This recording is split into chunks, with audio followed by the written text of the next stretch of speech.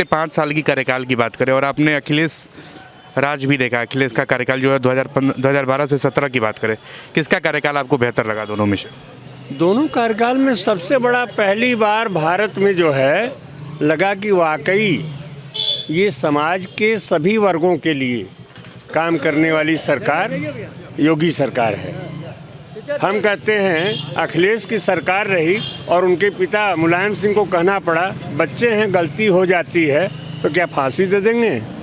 ये एक मुख्यमंत्री जो 3 बार का रहा हुआ उसका ये समाज के प्रति नज़रिया क्या कहता है। लेकिन वो कहते हैं कि जो योजनाएं हमने शुरू की थी पिछले 5 सालों में 2012 से 17 के बीच में, जिनका हमने शिलान्यास किया था, इन्होंने बस उसका आके फीता काटा। ये फीता काटे ना, मुलायम सिंह यादव जो है रामनगर का पुल जो है बनवा रहे थे, वो चले गए। मायावती आई, वो चली गई। अखिलेश आए, चले गए। अब बताइए योजना कब की रही? मुलायम सिंह के पहले की रही क्या? अच्छा, गुंडा राज में कितना बदलाव आया पिछले 5 सालों में? गुंडा राज में आप सभी लोग हैं, मीडिया वाले भी जो है हल्ला बोल से जो है कितनी बार त्रस्त थे। उनके कैमरे तोड़े गए, उनको पीटा गया।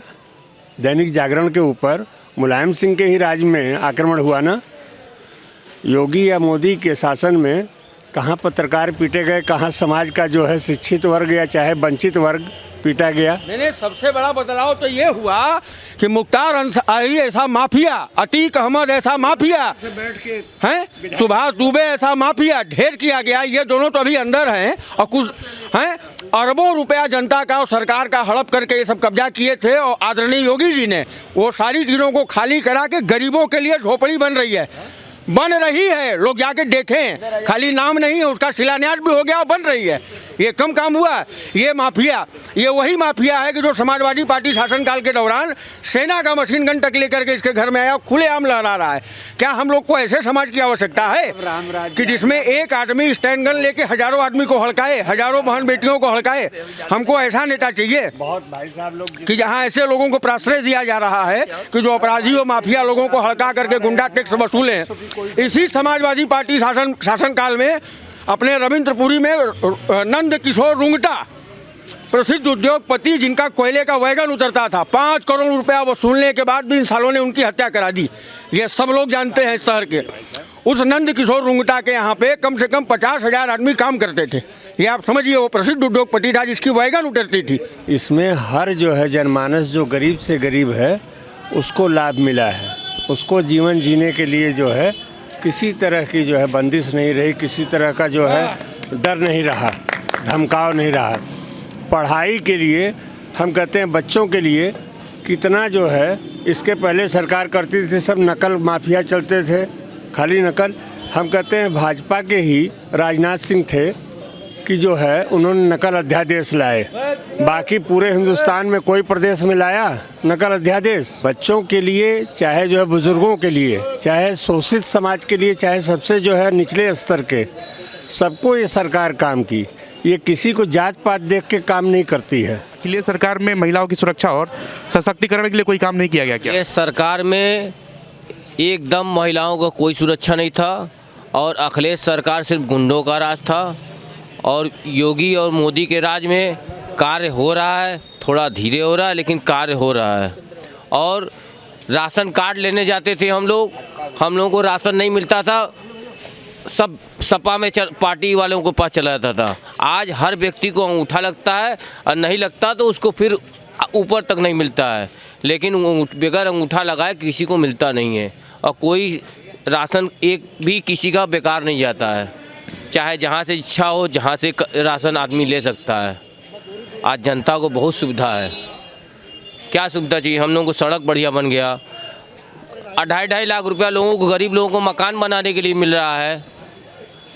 गाँव में लोगों को मकान मिल रहा है। प्रधानमंत्री रोजगार के तहत पैसा मिल रहा है।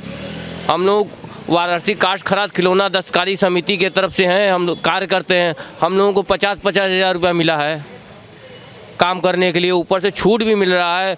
और मोदी राज में हम लोगों को कार्य करने के लिए सामान भी मिला है बहुत सा। किसी सरकार में आज से 70 साल के में पहली दफ़ा हम लोगों को मिला है, कभी नहीं मिला है किसी को। सारा पैसा घोटाला करके खा जाते थे उनके मंत्री और विधायक। हम लोगों को क्या मिलता था कि कोई बता दे जनता किसी को मिला है?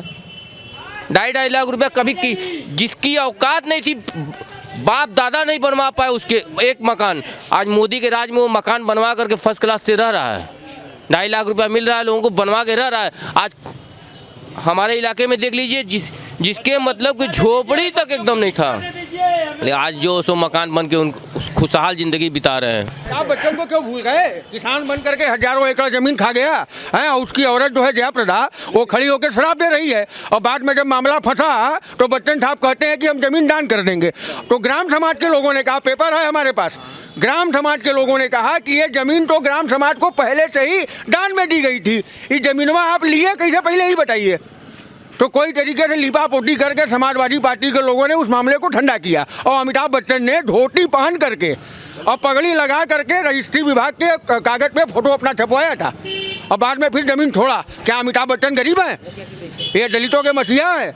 और उन्हीं की पत्नी समाजवादी पार्टी की जो है सांसद जो है जया बच्चन जी, वो शराब दे रही हैं, शराब दे रही हैं। अरे शराब किसको दे रही हैं? ईडी ने, एनसीबी ने जब 6.5 घंटे ऐश्वर्या राय बच्चन को बैठा करके पूछताछ किया, किस मामले की पूछताछ किया? 2006 में कंपनी खुली, पनामा लीक, 2006 में खुली, भाजपा का शासन नहीं था, 2009 में कंपनी बंद हो गई, 50,000 करोड़ का स्कैम हुआ इसमें, और जिसका डायरेक्टर अमिताभ बच्चन और ऐश्वर्या राय बच्चन। अरे तो ये माल कहाँ गए? ये माल कहाँ गया? उस समय तो भाजपा का शासन कहीं नहीं था, ये बताइए आप। तो शराब दे रही हैं आप मोदी को, हैं? अरे आप बताइए तो कि 50,000 करोड़ कहाँ गया? सवाल तो इसमें था। 6.5 घंटे आपसे यही पूछा गया। डायरेक्टर आप और आपके ससुर, उस समय तो इनका शादी भी नहीं हुआ था। योगी जी ने बोले हैं कि बेटी बचाओ बेटी पढ़ाओ। कौन सी बेटी बची है, कौन सी बेटी पढ़ रही है? हमको आप जवाब दीजिए, बस हम कुछ बोलेंगे नहीं। हैं? लॉकडाउन की वजह से तो पूरी बिटिया की, पूरी बच्चे की लेकिन ज़िंदगी खराब हो गई। हमको बताइए आप। लेकिन अपर्णा यादव कह रही है कि मोदी और योगी जी ने महिला सुरक्षा हो या सशक्तिकरण हो, इनके लिए उन्होंने बेहतर काम किया है। हम किसी के बारे में नहीं बताएंगे, हम खाली जो होता सुरक्षा होता तो वहाँ कनौज वाला सिस्टम होता, सुरक्षा होता तो लड़कियाँ कनौज में ऐसे ही किसी का मंत्री का लड़के अथवा कर देंगे, कोई रेप का कर देगा।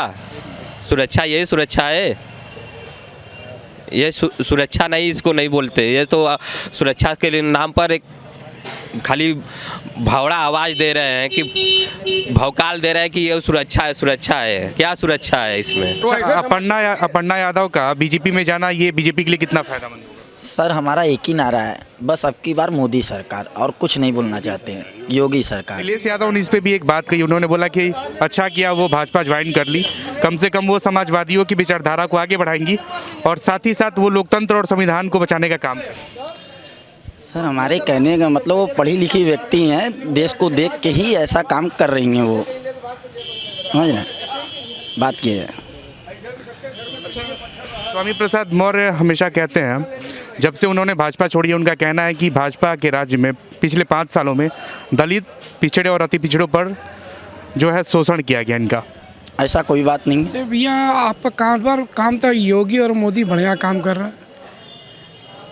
बनास के लिए बहुत विकास भी किया, कुछ गरीबों को साथ भी किया, अच्छा भी काम किया है। कोई गलत काम नहीं कर रहा है, अच्छी काम कर रहा है। उसके लिए अड़ंगा लगा रहे हैं सपा लोग की, ऐसे न वैसे काम बढ़िया कर रहा है। हाँ, हम लोग भी चाह रहे देश के लिए फिर एक बार योगी और मोदी आने। योगी और मोदी अच्छा काम किया इन्होंने। अच्छा काम किया।